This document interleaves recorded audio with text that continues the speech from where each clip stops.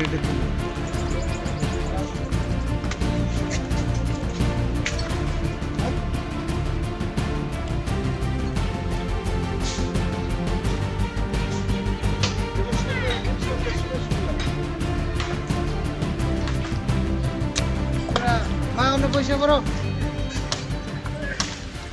মঙ্গলবাৰে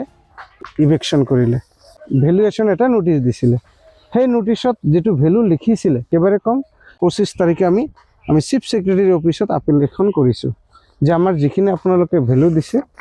এই ভেলু লৈ আমি সন্তুষ্ট নহয় 10,08,000 টকা বিঘা প্ৰতি আমাক যেটো ভেলু দিছে আৰু ঘৰ বাৰী ভেলু একেবাৰে কম দিছে গছ গছনি কোনো ধৰণৰ মূল্য দিয়া নাছিলে তাৰ কাৰণে আমি আপিল কৰিছোঁ মাটিৰ মূল্য যদি উচিত নিদিয়ে আমাক ৰিসেটেলমেন্টটো দিলে হল কিন্তু এই চিৰিয়াকোটা অঞ্চলতে দিব সোমবাৰে ৰাতি মানে সন্ধিয়া আমি খবৰ পালো যে আমাৰ ঘৰ বাৰীবিলাক খালি কৰিব লাগে কিহৰ কাৰণে যে ইভেকশ্যন কৰিব মঙ্গলবাৰে ৰাতিপুৱা 6 বজাৰ পৰা ষ্টাৰ্ট হ'ব আমি এই খবৰটো পাই আমাৰ সাপৰ চক্ৰ বিষয়া ছাৰক মই অৱগত কৰিলো যে ছাৰ আমাৰ কিন্তু হিয়াৰিং চলি আছে চিফ সেক্ৰেটাৰী অফিসত আজৰ আপত্তি শেষ নোহালৈকে আমাৰ ঘৰত যাতে কোনো ধৰণৰ বুলডোজাৰ চলাব নোৱাৰে আপোনালোকে তাৰ কাৰণে মই আপোনাক অৱগত কৰাব আহিছো এইটো নহব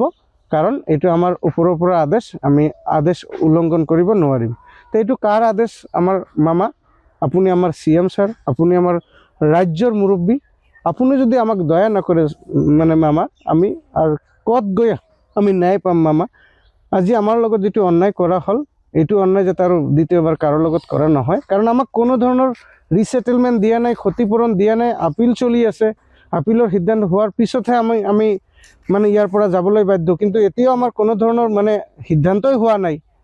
আজি আমাক টাইম নিদিয়াকৈ আমাক ভাঙি দিলে আমি বহুত আবেগিক হৈ পৰিছো মামা এই প্ৰখণ্ড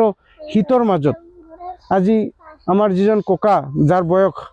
100+ হৈ গৈছে ইতিমধ্যে তেওঁ অসুস্থ হৈ পৰিছে এনেকৈ বহুতো স্কুলীয়া ল'ৰা ছোৱালী যিবিলাক HSLC ফাইনাল দিব এই বছৰত প্লাস হায়াৰ সেকেন্ডাৰী ফাইনাল দিব এই ল'ৰা ছোৱালীবিলাকৰ পঢ়া শুনাত যথেষ্ট অসুবিধা হৈছে আৰু আটাইতকৈ বেছি অসুবিধা হৈছে ঘৰ দুৱাৰ ভাঙি দিয়াৰ কাৰণে আমাৰ যিবিলাক আজবাব এই যে বস্তু বাহিনীবিলাক আপোনালোকে দেখাব বস্তু বাহিনীবিলাক আমি কত ৰাখিম আমাৰ ঠাই নাই এই ল'ৰা ছোৱালীবিলাক লৈ আমি কত থাকিম এনেকুৱা হৈছে আমি নিৰুপায় হৈ গৈছো স্যাৰ আপুনি দয়া কৰি আমাৰ এই সমস্যাটো আপুনি অতি সোনকালে আমাৰ ধুবুৰী জিলা প্ৰশাসনক কৈ আমাৰ সমস্যাটো সমাধান কৰি দিব আমি এটো কাতৰভাৱে দুখন হাত জোৰ কৰি কাতৰভাৱে সিএম স্যাৰ আপোনাৰ ওচৰত অনুৰোধ জনাই কৈছো আমাৰ চিৰাকোটা পাৰ্ট 1 পৰা আমাক যাতে মাটি দিয়া হয়